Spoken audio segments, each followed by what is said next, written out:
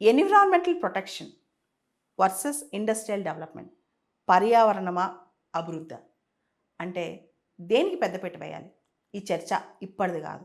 మానవాళి అభివృద్ధి కార్యక్రమాలు పర్యావరణానికి వ్యతిరేకంగా ఉంటే, ఎన్విరాన్మెంట్ని డ్యామేజ్ చేస్తే ఏం జరుగుతుంది? సుప్రీంకోర్టు దీనికి సంబంధించి రీసెంట్గా ఒక జడ్జిమెంట్ ఇచ్చింది. ఒక అద్భుతమైన పాయింట్ చెప్పింది అన్నట్టు ఈ జడ్జిమెంట్లో. రైట్ టు డెవలప్మెంట్ అనేది, రైట్ టు ఇండస్ట్రియల్ డెవలప్మెంట్, ప్రజలకి స్టేట్కి ఇండస్ట్రియల్ డెవలప్మెంట్, పరిశ్రమల అభివృద్ధి కానీ ఇండస్ట్రియల్ డెవలప్మెంట్ ఇదంతా కూడా పర్యావరణం, క్లీన్ ఎన్విరాన్మెంట్ ఎంత ముఖ్యమో ఇండస్ట్రియల్ డెవలప్మెంట్ కూడా అంతే ముఖ్యం అని చెప్పి సుప్రీంకోర్టు ఒక అద్భుతమైన ఆర్డర్ ఇచ్చిందనమాట. నేషనల్ గ్రీన్ ట్రిబ్యునల్ 2022లో ఇచ్చిన ఆర్డర్ని పక్కన పెడుతూ క్వశ్చన్ చేస్తూ supreme court right to clean environment ఎంత ముఖ్యమో, అది ఎంత ఫండమెంటల్ రైటో, అదేవిధంగా ఎకనమిక్ ప్రోగ్రెస్ కూడా అంతే important. Right to prioritize industrial development, right to development through industrialization కూడా అంతే ఇంపార్టెంట్ అని చెప్పి సుప్రీంకోర్టు చెప్పింది.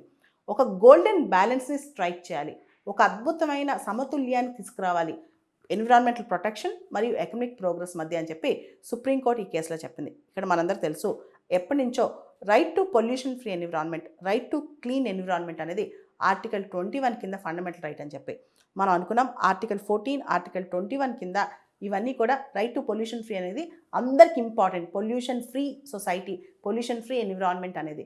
ఇక్కడ Ganga water pollution case MC Mehta versus union of ఇండియాలో కూడా సుప్రీంకోర్టు ఇదే చెప్పింది. Right to pollution free environment comes under article 21, right to life and right to personal liberty. అదేవిధంగా ఇంకొక పక్క ఇండస్ట్రియల్ డెవలప్మెంట్, అభివృద్ధి, ఎకనమిక్ ప్రోగ్రెస్ అనేది కూడా ఆర్టికల్ 14, ఆర్టికల్ 19 కింద వస్తాయి.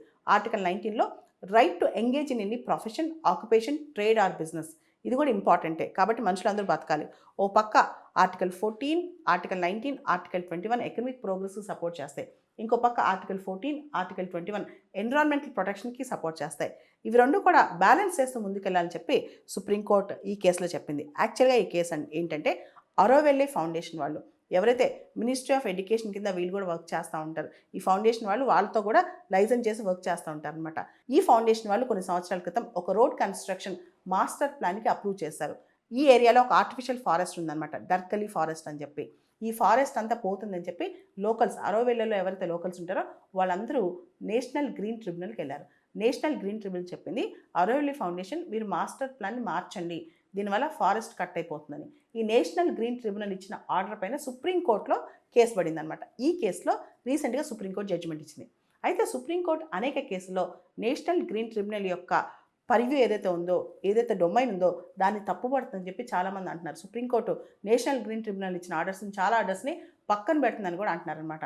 ఇవన్నీ ఒక పక్కన పెడితే ఇంకొక ముఖ్యమైన అంశం, ఇంతకుముందు కూడా గ్రేట్ ఇండియన్ బస్టర్డ్ కేసు ఒకటి జరిగింది రాజస్థాన్కి సంబంధించి.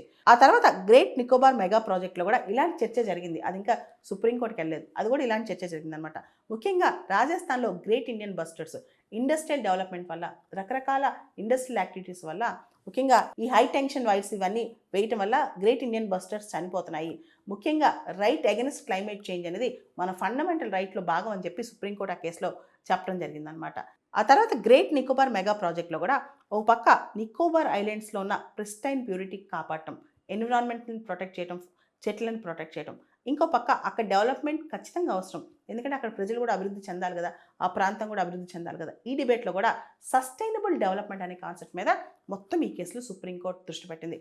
ఇప్పుడు ప్రస్తుత కేసులో కూడా సస్టైనబుల్ డెవలప్మెంట్ అంటే బ్రంట్ల్యాండ్ రిపోర్ట్ ప్రకారం సస్టైనబుల్ డెవలప్మెంట్ అంటే ఎంజాయ్ యువర్ రైట్స్, ఎన్విరాన్మెంటల్ పట్ల నీకున్న హక్కుల్ని ఇప్పుడు ఎంజాయ్ చేయి, కానీ భవిష్యత్ తరాలు కూడా నువ్వు ఎంతైతే స్వచ్ఛంగా ఆ ఎన్విరాన్మెంట్ని స్వీకరించావో అంతే స్వచ్ఛంగా ఇవ్వు. అంటే ఒక పక్క ఎన్విరాన్మెంట్ ప్రొటెక్ట్ చేయాలి, ఇంకో పక్క డెవలప్మెంట్తో మనం ముందుకెళ్ళాలి. దాన్నే సస్టైనబుల్ డెవలప్మెంట్ అంటారు, సుస్థిర అభివృద్ధి.